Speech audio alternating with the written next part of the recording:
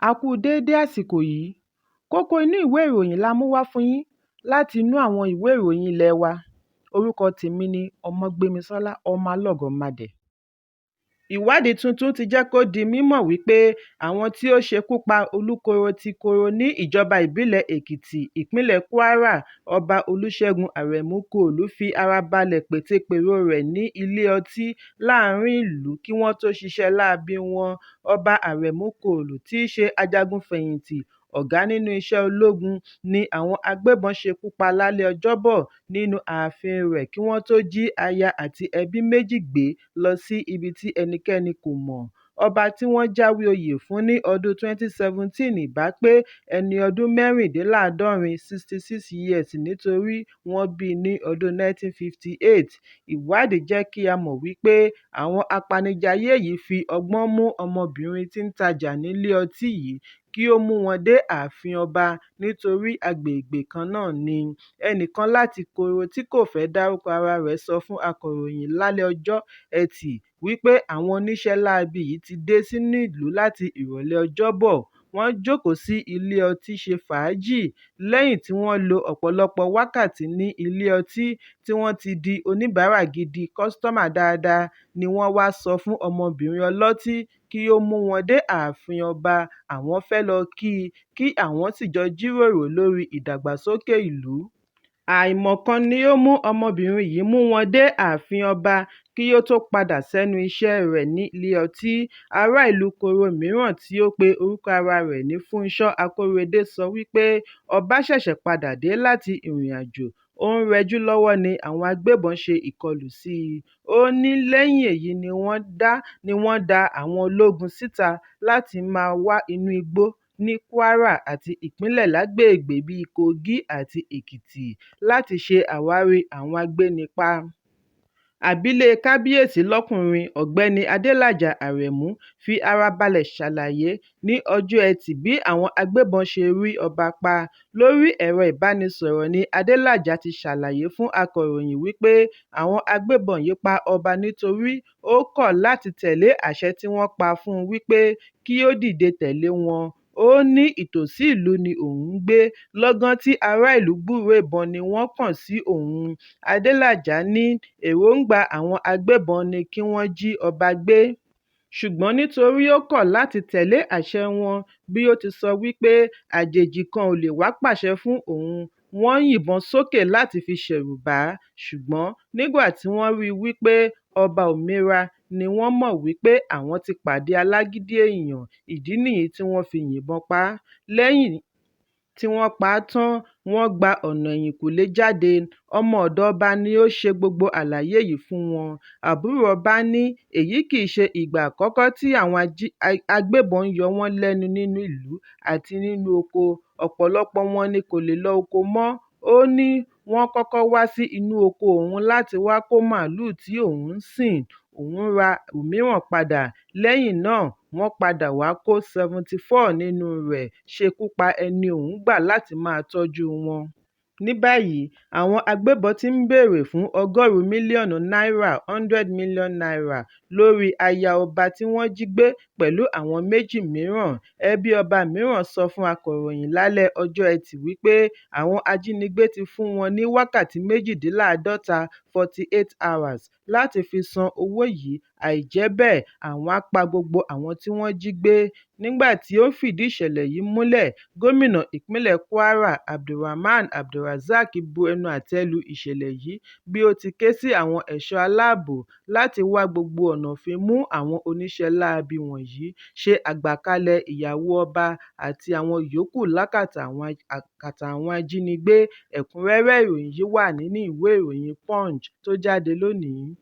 Àjọ tó ń gbógun ti ìwà ìbàjẹ́ àti ìṣòwò ìlú kúmọkùmọ EFCC ti sọ wípé àwọn ti rí àpapọ̀ owó tí ó tó 70 bílíọ̀nù náírà 70 billion naira ṣàjọ láàrin 100 ọjọ́, bẹ̀rẹ̀ láti oṣù kẹwàá ọdún 2023 sí ọjọ́ 19 oṣù kínní ọdún 2024.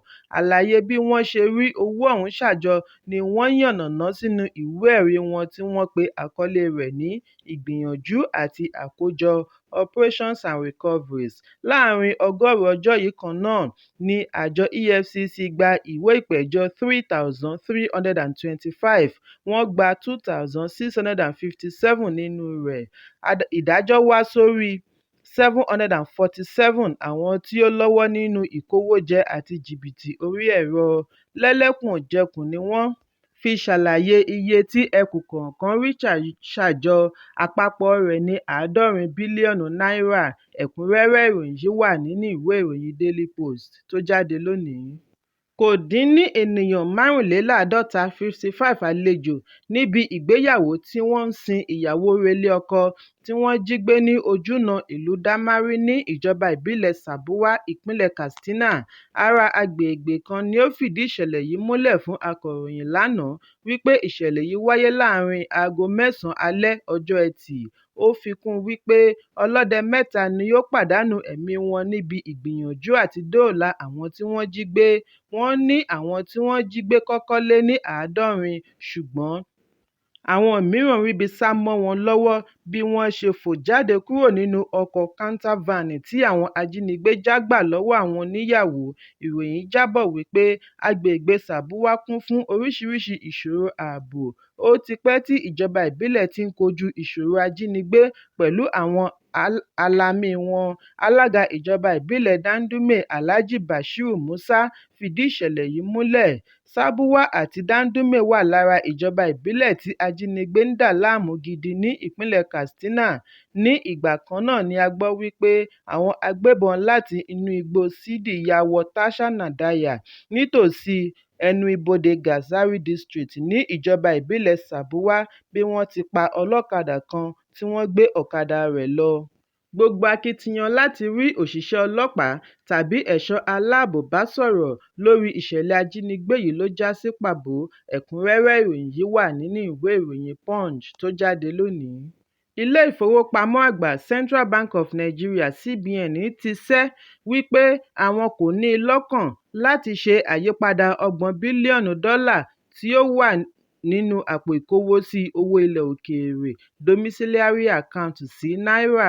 Síwájú àkókò yìí ni àwọn kan ń gbé epo yí ẹnu wípé nínú èròǹgbà àti gba owó náírà lọ́wọ́ ìjákulẹ̀, ìjọba àpapọ̀ àti CBN ń gbèrò àti ṣe àyípadà domiciliary account sí náírà, ṣùgbọ́n lórí ẹ̀rọ abánidọ́rẹ̀ẹ́ ni CBN ti sẹ́ àhesọ yìí. Ẹ̀kúnrẹ́rẹ́ ìròyìn yìí wà nínú ìwé ìròyìn The Nation tó jáde lónìí. Ìdùnnú ṣubú layọ̀ nírọ̀lẹ́ àná bí ẹgbẹ́ agbábọ́ọ̀lù àgbà fún Nàìjíríà Super Eagles ṣe fa aṣọ Palancas Negras láti orílẹ̀-èdè Angola ya pẹ́rẹpẹ̀rẹ pẹ̀lú àmì ayò 1-0 nínú ìdíje tó ń lọ lọ́wọ́ ní ìlú Abidjan, orílẹ̀-èdè Ivory Coast. Èyí túmọ̀ sí wípé Nàìjíríà ti pegedé sí ìpele tí ó kàn, ìyẹn semi-final. Àwọn tí ó ṣeé ṣe kí Super Eagles kojú ní ìpele yìí ni ẹni tí ó bá gbégbá orókè láàrin ẹgbẹ́ agbábọ́ọ̀lù Bafana Bafana ti ilẹ̀ South Africa àti ẹgbẹ́ agbábọ́ọ̀lù Cape Verde. Lára àwọn tí wọ́n wà ní gbàgede tí wọ́n ti ń gbá bọ́ọ̀lù ọ̀hún láti ṣe àtìlẹ́yìn fún Super Eagles láti rí olùdíje du ipò ààrẹ lábẹ́ òṣèlú Labour. Ẹ̀kúnrẹ́rẹ́ ìròyìn yìí wà nínú ìwé ìròyìn Complete Sports tó jáde lónìí. Àjọ alámòjútó ètò Hajj ní Nàìjíríà (NACON) ti ṣe àfihàn owó ọkọ̀ òfurufú lọ ilẹ̀ mímọ́ Hajj fún ọdún 2024 sí $4.9 million. Síwájú àkókò yìí ni wọ́n kọ́kọ́ fi owó ọkọ̀ sí $4.5 million, pẹ̀lú wípé ọ̀pọ̀ ẹni fẹ́ rìnrìn àjò ni kò rí owó yìí san. Nínú àtẹ̀jáde òní ni igbákejì adarí ìròyìn fún àjọ NACON, Fatima Sanda Usara, ti ṣàlàyé wípé àwọn olùkópa láti ẹkùn gúúsù yóò san $4,899,000 gẹ́gẹ́ bí owó ọkọ̀. Àwọn ará ẹkùn àríwá yóò san $4,699,000 nígbà tí olùkópa láti Yola àti Maiduguri yóò san owó ọkọ̀ $4,679,000 owó ọkọ̀ Hajj. Àjọ NAC dá ẹ̀bi àlékún owó ọkọ̀ lé pàṣípààrọ̀ owó ilẹ̀ òkèèrè tí ó ti lọ sókè gọbọi, ìṣòro tí ó ga jùlọ fún ọrọ̀ ajé orílẹ̀-èdè.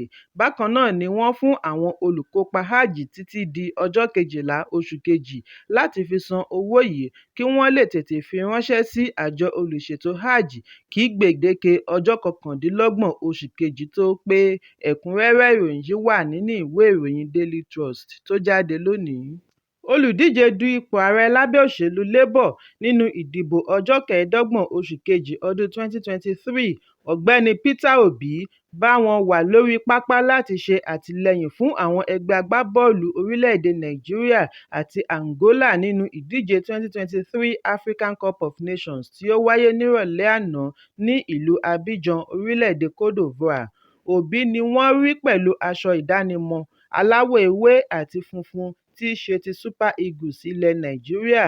Bí ó ṣe ń jó ló ń pàtẹ́wọ́ pẹ̀lú àwọn olólùfẹ́ bọ́ọ̀lù lórí pápá, èyí tí wá di ohun wọ́n ń gbépò yí ẹnu lórí ẹ̀rọ abánidọ́rẹ̀ẹ́ bí ọ̀pọ̀lọpọ̀ ṣe ń yìn ín wípé ó jẹ́ ọmọ Nàìjíríà rere. Ọ̀kan lára èrò orí ẹ̀rọ ayélujára kọ ọ́ wípé Super Eagles ò lè ní irú Peter Obi lórí pápá kí wọ́n pàdánù. Ẹ̀kúnrẹ́rẹ́ ìròyìn yìí wà nínú ìwé ìròyìn Vanguard tó jáde lónìí. Abilékọ Táyé Abdulgafar ti ṣe ẹ̀sùn sí ilé-ẹjọ́ kọ́kọ́kọ́kọ́ ìgboro ìlú Ìlọrin ìpínlẹ̀ Kwara wípé òun fẹ́ kọ ọkọ òun sílẹ̀ látàrí wípé òun kò nífẹ̀ẹ́ rẹ̀ mọ́, bí ó ti sọ wípé òun fẹ́ kí ilé-ẹjọ́ yọ̀ǹda ọmọ mẹ́tẹ̀ẹ̀ta tí òun bí fún Seidu Abdulgafar láti máa tọ́jú wọn. Olùṣẹ̀sùn sọ fún ilé-ẹjọ́ wípé ìgbéyàwó ọ̀hún ti sú òun kí ilé-ẹjọ́ dákun dábọ̀ tú wọn ká. Gẹ́gẹ́ bí iléeṣẹ́ ìròyìn News Agency of Nigeria ṣe jábọ̀ rẹ̀, Táyé ní kí ilé-ẹjọ́ fún òun láàyè àti máa tọ́jú àwọn ọmọ ṣùgbọ́n kí afẹ̀sùnkàn máa san owó iléèwé àti oúnjẹ. Ṣùgbọ́n Seidu ní òun ṣì fẹ́ tẹ̀síwájú nínú ìgbéyàwó. Ìgbésẹ̀ tí ń lọ lọ́wọ́ láti parí aáwọ̀ wọn kí wọ́n lè tẹ̀síwájú nínú ìgbéyàwó. Adájọ́ Ahmed Ajumobi wá gba olùṣẹ̀sùn ní ìmọ̀ràn wípé kí ó ṣe sùúrù, kò sí ìgbéyàwó tí kò ní ìpèníjà tirẹ̀. Ẹ̀kúnrẹ́rẹ́ ìròyìn yìí wà nínú ìwé ìròyìn Nigerian Tribune tó jáde lónìí. Gómìnà àná fún ìpínlẹ̀ Anambra àti olùdíje du ipò ààrẹ lábẹ́ ẹgbẹ́ òṣèlú Labour Peter Obi ti sọ wípé àṣeyọrí ẹgbẹ́ agbábọ́ọ̀lù Super Eagles níbi ìdíje All African Cup of Nations AFCON tó ń lọ lọ́wọ́ jẹ́ àpẹẹrẹ wípé orílẹ̀-èdè Nàìjíríà yóò borí gbogbo ìṣòro òkùnkùn. Ó ní àṣeyọrí yìí yóò sọ ọmọ orílẹ̀-èdè di olúborí gbogbo òkè ìṣòro orílẹ̀-èdè yóò sì di ọ̀tun. Lórí ẹ̀rọ abánidọ́rẹ̀ẹ́ ni Obi ti sọ èyí bí ó ti ń kí Super Eagles kú oríire bí wọ́n ti pegedé sí ìpele semi-finals nínú ìdíje AFCON tó ń lọ lọ́wọ́. Ó ní ó jẹ́ ìdùnnú àti ayọ̀ fún òun láti darapọ̀ mọ́ ọ̀gọ̀ọ̀rọ̀ ọmọ orílẹ̀-èdè lójúkorojú láti wo bí ikọ̀ Super Eagles ṣe pegedé sí ìpele semi-final. Ó ní Super Eagles fi ìyẹ́fò bí àṣá wọ ìpele semi-final pẹ̀lú àfihàn ìrírí àti ẹ̀kọ́ṣẹ́mọṣẹ́.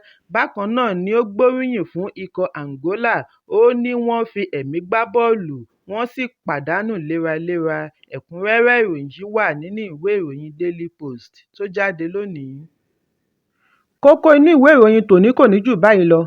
Ẹ pàdé mi ní ọjọ́ Ajé Monday fún àkọ́tun. Kí a tó lọ, ẹ má ṣaláì fi àríwísí yín ránṣẹ́, ìyẹn comment, kí ẹ sì bá wa subscribe sí ojúnà wa lórí YouTube kí kókó inú ìwé ìròyìn lè máa tẹ̀ yín lọ́wọ́ ní kíákíá.